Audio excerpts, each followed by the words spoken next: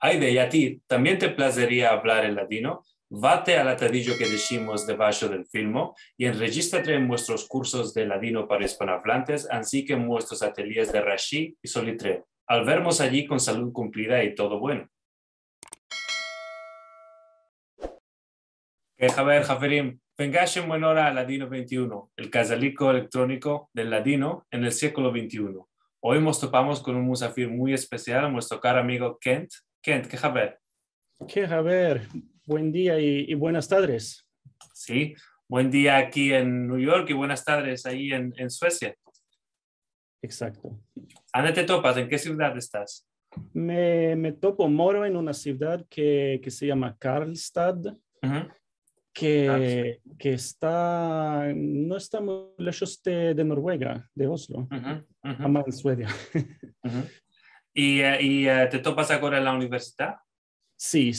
Estoy aquí en mi cámara de la universidad. Sí.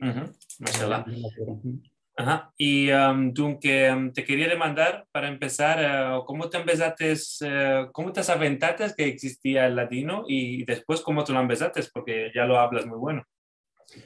Merci, no tan bueno. Me lo están empezando ainda.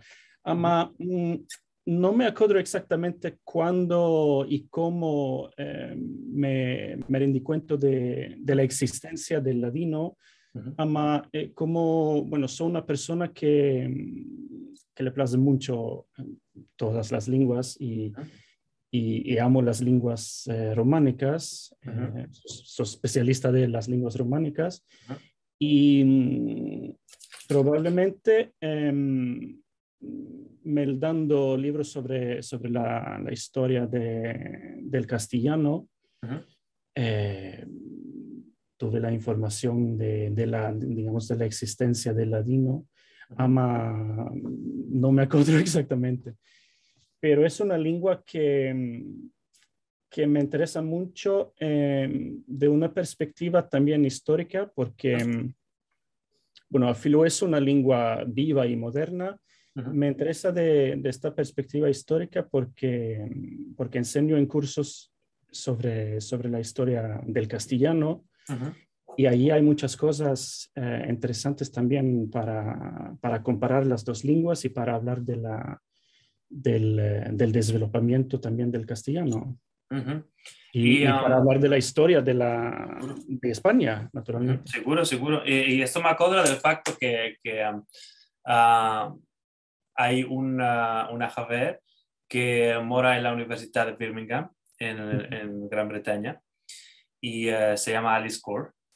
Y ella también labora sobre el ladino y otras lenguas peninsulares. Y aunque a ella le interesa el ladino, pero también, por ejemplo, el mirandés o el mozárabe. ¿Estas también te interesan? Lenguas más minorizadas que la gente ya puede ser, no conocen más. Sí, me interesan. Bueno, me interesan casi todas las lenguas, pero como laboro ahora mucho con cursos sobre la historia de España, sobre la historia lingüística de España, todas estas lenguas minoritarias peninsulares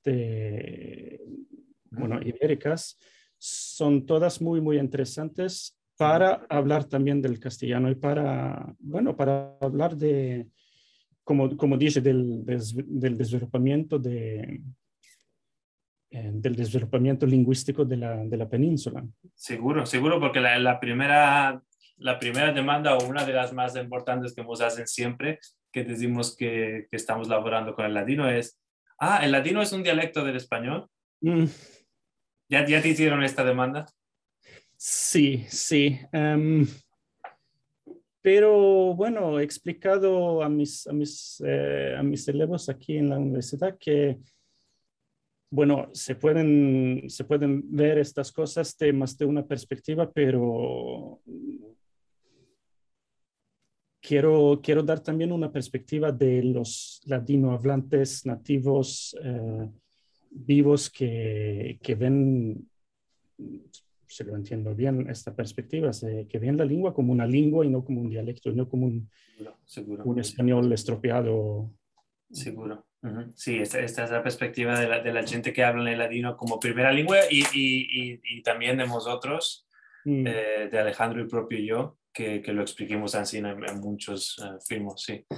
Esto les interesa mucho a los estudiantes, lo Sí. puedo decir porque tengo muchos estudiantes que tienen español, castellano como lengua materna, como lengua primera, que Ujú. no, que no saben nada sobre la existencia del ladino o de la historia de los judíos Sí, hay sefaradíes. mucha gente en España, yo propio hasta 2014, que no tienen ni Ah, saber del mundo de cuál es el latino. Sí, seguro.